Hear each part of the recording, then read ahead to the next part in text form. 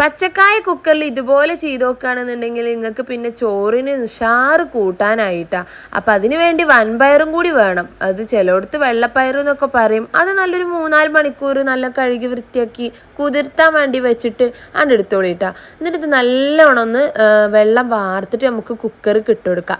അപ്പം ഈ വൻപയറിൻ്റെ കൂടെ ഈ ഒരു കായും കൂടെ ചേർത്തിട്ട് നല്ലൊരു കൂട്ടാനാണ് കേട്ടോ ഉണ്ടാക്കുന്നത്.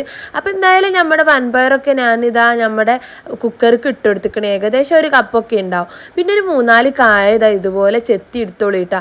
നല്ലോണം കറ കളയാൻ വേണ്ടി കുറച്ച് മഞ്ഞപ്പൊടിയൊക്കെ ഇട്ട് കൊടുത്തുകൊണ്ട് വെള്ളത്തിലിട്ട് വെച്ചതായിരുന്നു. അത് നല്ല കഴുകി വൃത്തിയാക്കി വെള്ളം ഊറ്റിയിട്ട് ഞാൻ അതും കൂടി കുക്കറിലൊന്ന് ഇട്ട് കൊടുക്കുന്നുണ്ട്. അതിക്ക് ആവശ്യത്തിനുള്ള ഉപ്പ് ചേർത്ത് കൊടുക്കുക. അതിൻ്റെ കൂടെ തന്നെ കുറച്ച് മഞ്ഞപ്പൊടിയും കൂടി ചേർത്ത് കൊടുക്കുന്നുണ്ട്. ഓൾറെഡി നമ്മുടെ കായ കറ കളയാനും വേണ്ടിയിട്ട് മഞ്ഞപ്പൊടി ഇട്ടുകൊണ്ട് ചെറിയൊരു മഞ്ഞ കളറൊക്കെ ഉണ്ട്. അപ്പോൾ അതുകൊണ്ട് കുറച്ച് മഞ്ഞപ്പൊടി ഞാൻ ഇപ്പോൾ ഇട്ട് കൊടുക്കണുള്ളൂ കേട്ടോ. ഇത്രയും ചേർത്തതിന് ശേഷം ഒരു അര ഗ്ലാസ് വെള്ളം കൂടെ ഒഴിച്ചിട്ട് നമുക്ക് ഇതൊന്ന് വേവിക്കാൻ വേണ്ടി വെക്കാം. ചില കുക്കറിലൊക്കെ ഒരുപാട് വെള്ളം വേണ്ടി വരും. അപ്പോൾ അതിനനുസരിച്ചിട്ട് വെള്ളങ്ങൾ എത്രച്ചാൽ ഒഴിച്ചോളി. എന്തായാലും വെന്ത് വരുമ്പോൾ വെള്ളം ഉണ്ടാവാൻ പാടില്ല. നമുക്കൊരു 2 വിസിലൊക്കെ അതാണ് വേവിച്ചെടുക്കുക. 2 വിസിലടിച്ചിട്ടാണ് നിർത്തിയിട്ടോളി. പിന്നെ ആവി കഴിഞ്ഞിട്ട് ആവിയൊക്കെ പോയതിനു ശേഷം തുറന്നാൽ മതി. ഇനി നമുക്ക് ഒരു മിക്സിൻ്റെ ജാർ എടുത്തിട്ട് 1 കപ്പ് തേങ്ങ ഇട്ട് കൊടുക്കുക. അതിക്ക് തന്നെ 2 പച്ചമുളക് ഇട്ട് കൊടുക്കുക.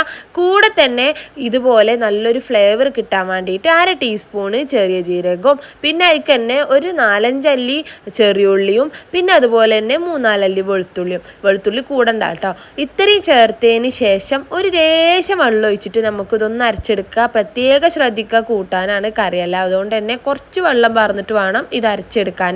നല്ലോണം അരച്ചെടുത്തിട്ട് നമുക്കത് മാറ്റി വെക്കാം. അപ്പം നമ്മുടെ ആവിയൊക്കെ പോയതിന് ശേഷം നമ്മുടെ കുക്കർ തുറന്നതായി ഇതുപോലെ ഉണ്ടാവും. അപ്പം ഞാൻ ആദ്യം ഇളക്കി നോക്കിയത് വൻപയർ വെന്തുക്കണോ എന്നുള്ളതാണ്. ചിലയിടത്ത് വെള്ളപ്പയറൊന്നും ഇതിനെ പറയലുണ്ട്.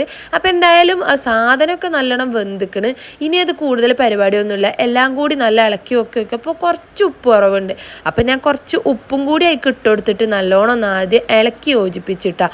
നമ്മൾ ഇതിൽ മുളകൊന്നും ഇട്ടിട്ടില്ലെങ്കിലും നമ്മൾ അരക്കണയിൽ മുളക് ചേർത്തോണ്ട് പിന്നെ ഇതിൽ പ്രത്യേകിച്ച് മുളകിൻ്റെ ആവശ്യമൊന്നും ഇനിയില്ല.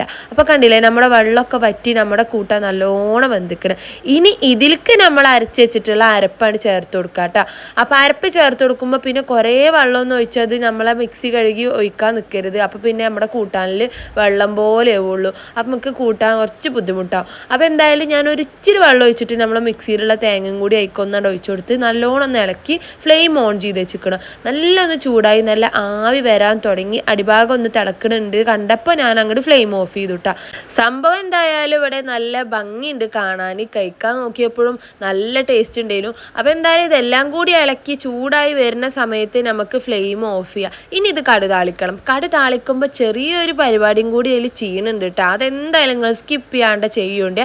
അപ്പോൾ ഇതുപോലെ നല്ലോണം ചൂടാക്കിയിട്ട് കുറച്ച് എണ്ണ ഒഴിച്ച് നല്ല ചൂടായി വരുമ്പോൾ 1/2 ടീസ്പൂണ് കടുക് ഇട്ട് കൊടുക്കുക.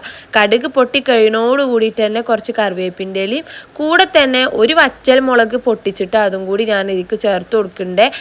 അപ്പം അതും കൂടി ചേർത്ത് കൊടുത്തിട്ട് പിന്നെ അതിക്ക് ഇതുപോലെ കുറച്ച് തേങ്ങ ചിരവിയതും കൂടി ചേർത്ത് നല്ലോണം ഒന്ന് മൂപ്പിച്ചെടുക്കുക. അപ്പം നല്ല ടേസ്റ്റ് ആയിരിക്കും കേട്ടോ. ഇങ്ങനെ ചെയ്യുമ്പോൾ നല്ല മൂത്ത് വരുമ്പോൾ ഒരു ബ്രൗൺ കളറായിട്ട് വരുമ്പോൾ നമുക്ക് നമ്മുടെ കൂട്ടാനിക്ക് അതങ്ങോട്ട് ചൂടോടുക്കാണ്ട് ഒഴിച്ചു കൊടുത്ത് നല്ലോണം ഇളക്കി കൊടുത്താൽ നമ്മുടെ അടിപൊളി കായക്കൂട്ടാൻ ഇവിടെ റെഡി ആയിട്ട് കിട്ടും കേട്ടോ.